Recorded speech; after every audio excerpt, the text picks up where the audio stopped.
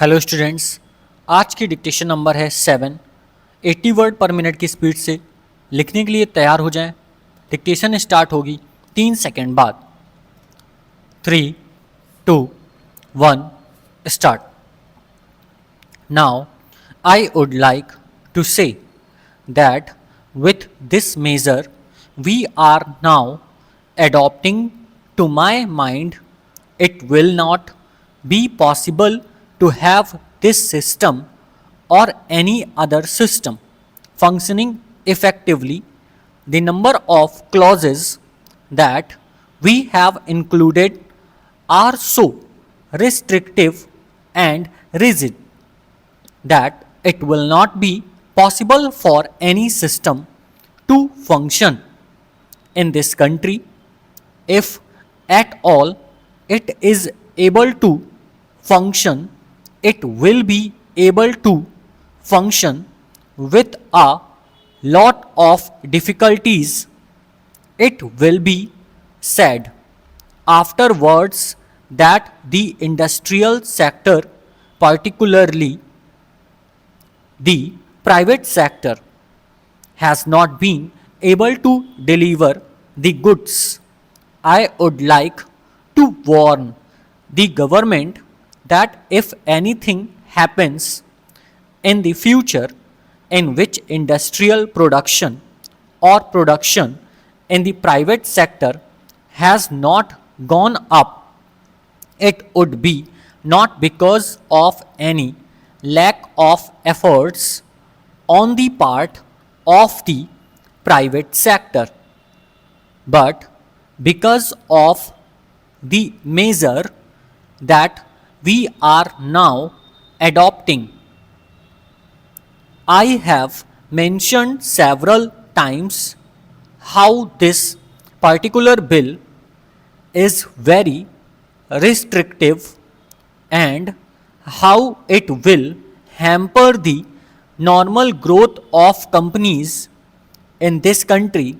It is a pity that when we are on the threshold of the 10th 5-year plan, such a measure should be passed in this house. I would now like to make a few observations about the speeches of some of the honorable members. Here Sri Ashok Mehta justifies the restriction of managing agents by saying that managing agents are no longer the main source of finance. He also argued that profits have been high and will continue to remain high, and therefore he would like to see the managing agents being paid on a sliding scale. He is in the habit of referring to a number of books and making quotations from a number of them published in America or in other countries, and particularly by some of the professors. I would also like to mention to him that even when companies are floated, it requires a certain amount of confidence amongst the investing public, and it is because a particular firm in managing a particular company that this confidence is created in the investing public. Even there, as the Honorable Finance Minister has said, there is a sort of overall tight control. New banks and insurance companies are not floated nowadays. What you have are the few banks which are existing and the few insurance companies that are existing. The other point is that the credit worthiness of the managing agency firm does not count to a certain extent in getting credit from the banks and other financial institutions. Yesterday, it was mentioned by my honorable friend that the crux of the problem is the question of payment of remuneration to a particular managing agency system. He said that in this bill, a definite encouragement has been given to the alternative type of management, namely the managing director or the manager, where an individual has been permitted to take 5%, while in the case of the managing agency, it has been permitted to take about 10%. I would like to point out to him that it is not merely the question of remuneration which will decide the alternative type of management.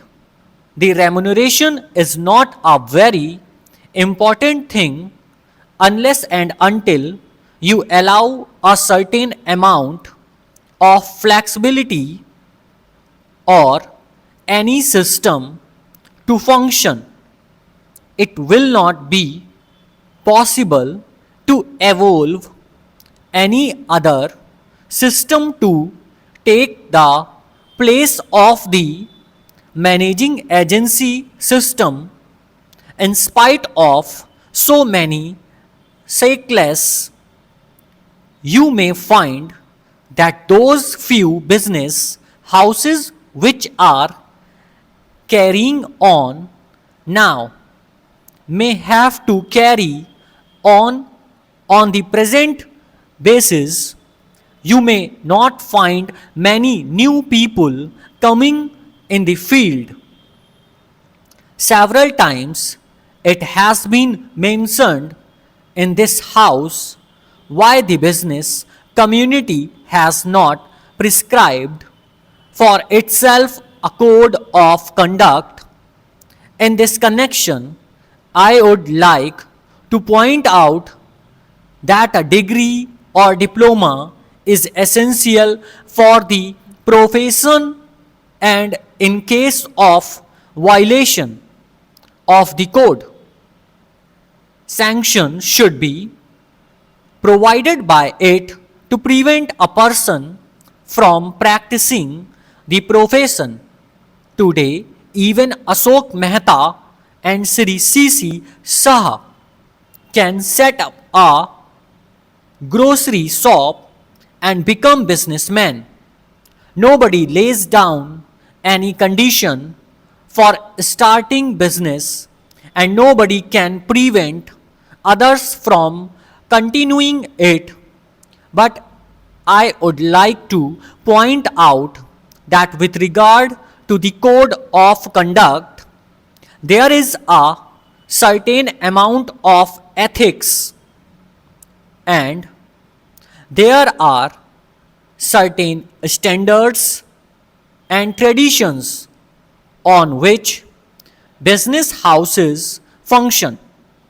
It is a particular firm has not good, proper ways of managing its business, you will find that business house will find it difficult to function, and it would be difficult for it to command the confidence of the business community. It would not be possible for it to function as effectively as a firm which has proper ways of managing its business that is sufficient as a code of conduct. It is not possible to prescribe a certain code of conduct in the manner it has been done for the profession in general. Full stop.